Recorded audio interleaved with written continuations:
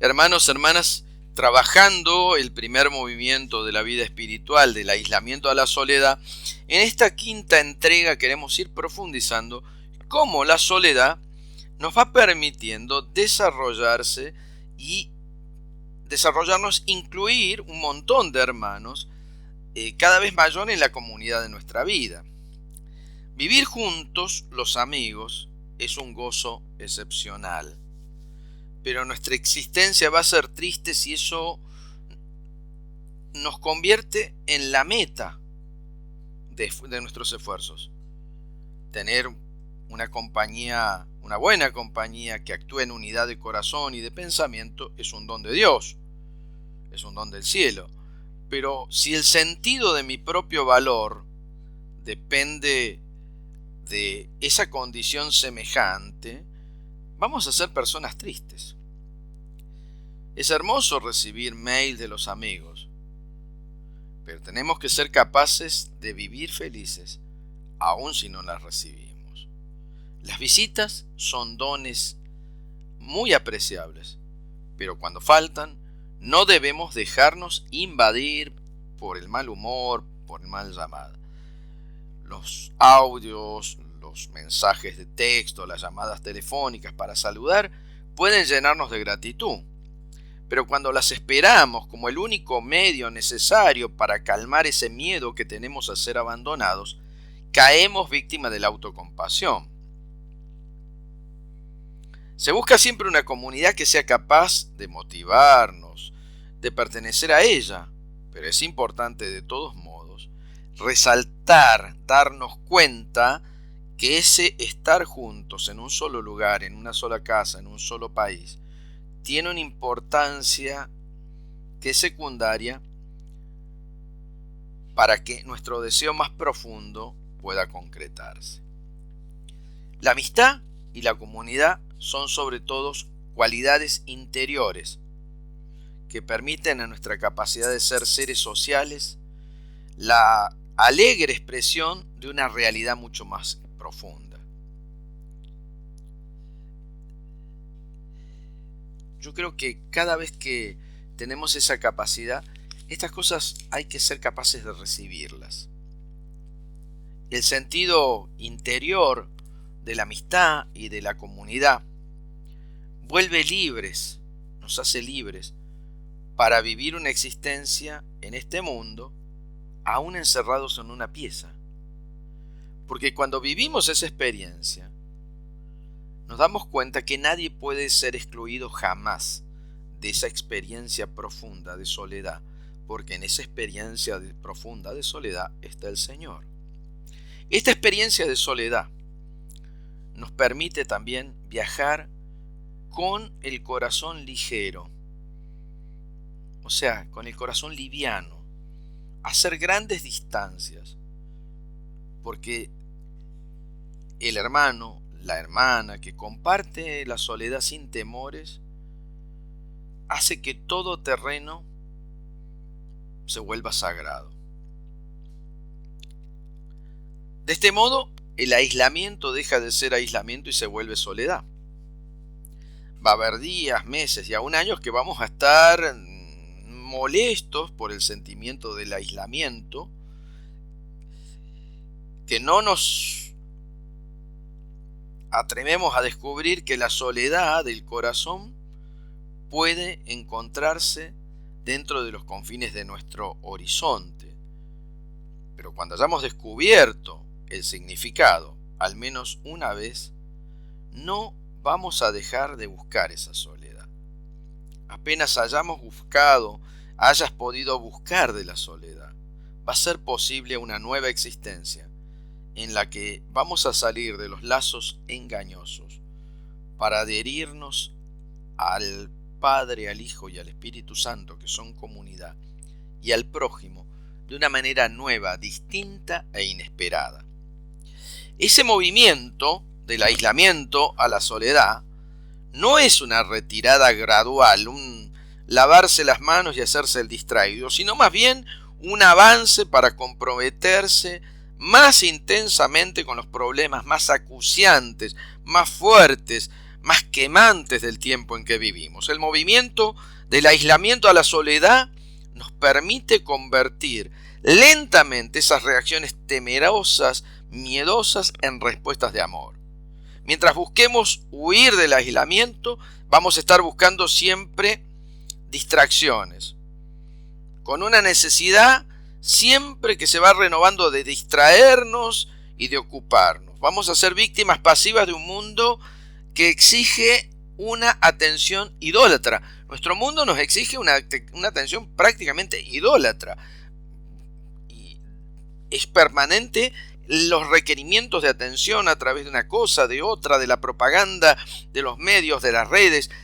El mundo está pidiéndonos una atención que prácticamente es como si fuera un dios, es una idolatría.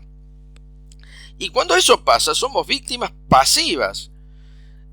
Dependemos de una inagotable cadena de acontecimientos y nos hace llevar a cambios rápidos de humor, cambiamos de humor, a comportarnos de manera inconstante, hoy sí, mañana no, y a veces hasta actitudes agresivas y violentas. ¿Qué sucede con nuestra vida? Es una secuencia espasmódica y a veces destructiva de acciones y reacciones. Pasa algo, hago algo, reaccionan y después reacciono, que me van llevando lejos de mí mismo, lejos de mi corazón. Y cuando estoy lejos de mi corazón más profundo, de mi ser más profundo, de mi vida más profunda, estoy lejos de Dios. No es difícil darse cuenta que funcionamos de manera reaccionaria, o sea, reaccionamos siempre. Que muy constantemente nuestra existencia consiste en reaccionar, a veces nerviosos, a veces ansiosos, a los estímulos, a lo que nos rodea. A menudo, y va a pasar muchas veces, que estamos ocupados, súper ocupados, y como resultado terminamos cansadísimos. Tenemos que preguntarnos, sin embargo, cuánto de nuestros esfuerzos, leer, hablar, visitar, relacionarnos, enseñar, escribir, pertenece más a una reacción nerviosa impulsiva que a una exigencia de las condiciones ambientales, que a una acción profunda que brota desde lo más íntimo de mi ser. Probablemente no vamos a llegar nunca al momento de la acción pura. Y se nos podría tachar de irreales si pretendiéramos conseguirlo. Pero es importante conocer, por un conocimiento de experiencia, la diferencia entre lo que hago, una acción que ha surgido por una cosa que cambió en el ambiente, para decirlo de otra manera, ir apagando incendios, de una oración, de una acción que ha madurado el corazón a través de la escucha atenta de este mundo en el que vivimos. El movimiento que va desde el aislamiento a la soledad tiene que llevarnos a una conversión gradual de la reacción nerviosa en una respuesta amorosa.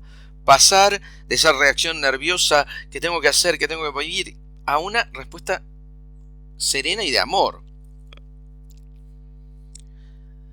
El aislamiento nos conduce a reacciones rápidas.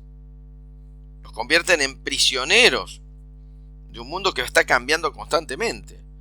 En la soledad del corazón, cuando podemos acceder a ese espacio de soledad, somos capaces de tomar nota de los acontecimientos de la hora, del día y del año. Es decir, dando forma a estas cosas para hacer una lectura de fe de la propia vida, de la historia de nuestro pueblo, de nuestra humanidad, una lectura de fe que va a ser muy genuina y muy personal.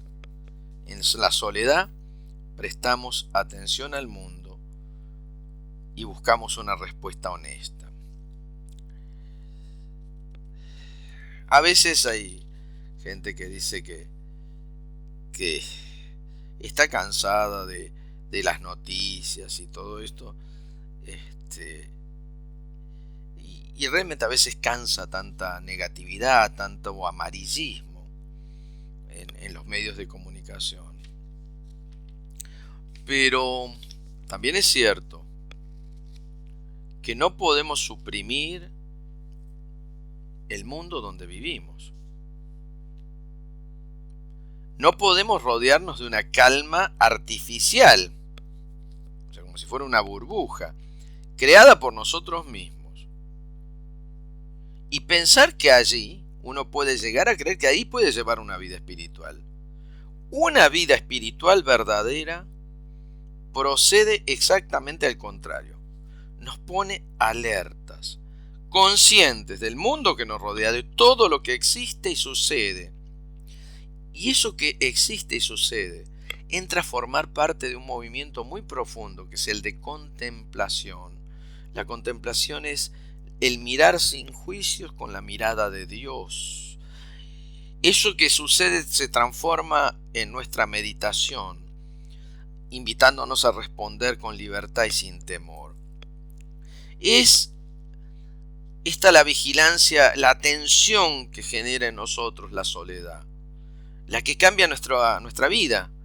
La diferencia está todo en el modo en que miramos y nos remitimos a nuestra historia personal.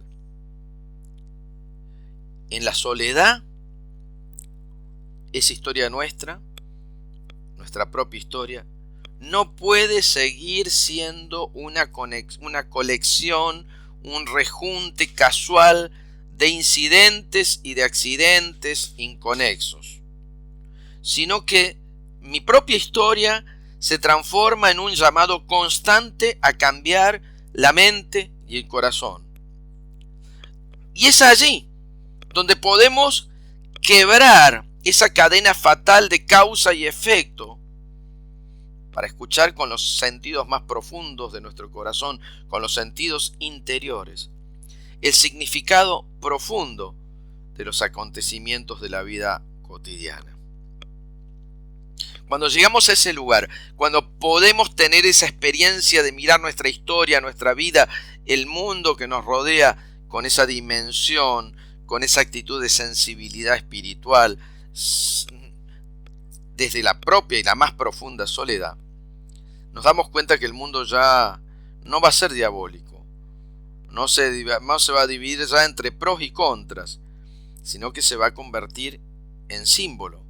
Nos va a invitar a unir y a reunir lo que pasa fuera, lo externo, con lo que pasa dentro, lo interno.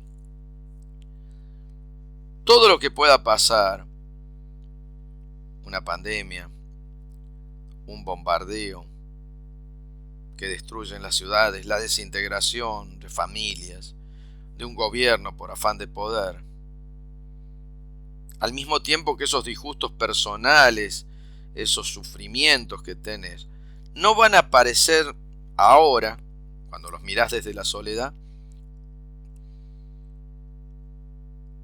como algo inevitable de nuestra existencia, sino como una invitación urgente a responder y a comprometernos desde nuestra interioridad. No miramos quizás muchas veces los acontecimientos de nuestra vida como interrupciones grandes o pequeñas que estropean nuestros planes, nuestros proyectos, nuestros diseños de vida. No protestamos muchas veces interiormente cuando alguien interrumpe mi trabajo, cuando el mal tiempo interrumpe mi verano, cuando la enfermedad interrumpe los proyectos bien elaborados, cuando la muerte de un amigo en una paz profunda y mental y las varias y discordantes realidades de la existencia, los sueños que habíamos soñado, no todo eso no lo miramos como una gran lucha. Y en esta serie de interrupciones sin fin, no se produce en nuestro corazón sentimientos de rabia y frustración, y a veces de venganza, hasta el punto que a veces parece realmente posible que la vejez sea sinónimo por el contrario. Y cuando lo miramos de la soledad, la pregunta cambia, te vas a dar cuenta. ¿Y si esas interrupciones fuesen oportunidades? Si cada vez que hay una contradicción, un momento de dolor, una pérdida, nos fuera un desafío a que le pueda dar una respuesta interior que se traduzca en un crecimiento, haciéndonos alcanzar la plenitud del hombre nuevo, de la mujer nueva en Cristo. Y si los acontecimientos de nuestra historia nos fuesen moldeando como el escultor, el alfarero va moldeando la arcilla. Porque solo obedeciendo verdaderamente y dócilmente a estas manos que nos están modelando, se puede descubrir nuestra verdadera vocación más profunda. Y si esas interrupciones imprevistas no fuesen de hecho sino invitaciones a abandonar modelos de vida anticuados, modelos de vida que ya nos sirven, que ya no nos sirven. A veces tenemos estructuras y modelos de vida con los cuales nos hemos quedado de oración y que ya tenemos que ser capaces de evolucionar. Y si nuestra historia se revelase no como una secuencia, como una seguidilla ciega, impersonal, de sucesos que no puedo controlar, sino como una mano que me guía hacia un encuentro personal, en el que todas las esperanzas y nuestras aspiraciones pueden ser satisfechas. En este caso nuestra vida va a ser una vida distinta, porque el hecho, lo que pase, va a resultar ocasión. Las heridas, una advertencia. Y cuando estemos en parálisis, paralizados, una invitación a buscar en los manantiales más profundos de la vitalidad. Podemos buscar entonces la esperanza aún en las ciudades que lloran, en los hospitales en llamas, en la desesperación de los padres. Podemos rechazar la tentación de la desesperanza, hablando de otra manera, desde el árbol que fructifica mientras observamos la muerte de la semilla. Podemos verdaderamente escapar de la cárcel anónima de acontecimientos para escuchar atentamente al Dios de la historia que nos habla al corazón desde el centro de nuestra soledad, respondiendo a su llamado siempre nuevo a que nos convirtamos. A veces es trágico ver cómo muchos hermanos y hermanas viven su experiencia de fe de una manera tan individualista que un concepto como el de corazón, una imagen como la del corazón contrito, ha llegado a referirse solo a experiencias personales de culpabilidad, acompañadas con la voluntad de, a ver cómo lavo esto, cómo arreglo esto. La conciencia de nuestras impurezas, de pensamientos, de palabras, de obras, pueden ponernos en realidad en condiciones de tener remordimientos, creando la esperanza de un acto de perdón. Si los acontecimientos catastróficos de cada día, la violencia, las prisiones, las cámaras de tortura, el hambre, la falta de trabajo, las enfermedades de millones de hermanos y hermanas y la miseria sin nombre de la mayor parte de los seres humanos quedan fuera de nuestra soledad, de la soledad, quedan fuera de nuestro corazón. Yo les digo sinceramente, yo creo que el corazón contrito no va a ser más que una linda emoción, una piadosa emoción, pero no tiene sentido. De alguna manera tenemos que ser capaces de tener un corazón contrito no solo por los desastres personales, o los errores, o los fracasos, o los pecados, sino el corazón contrito es también por la miseria, la necesidad, del cual podemos ser cómplices por indiferencia como diría antes, por acción o por omisión.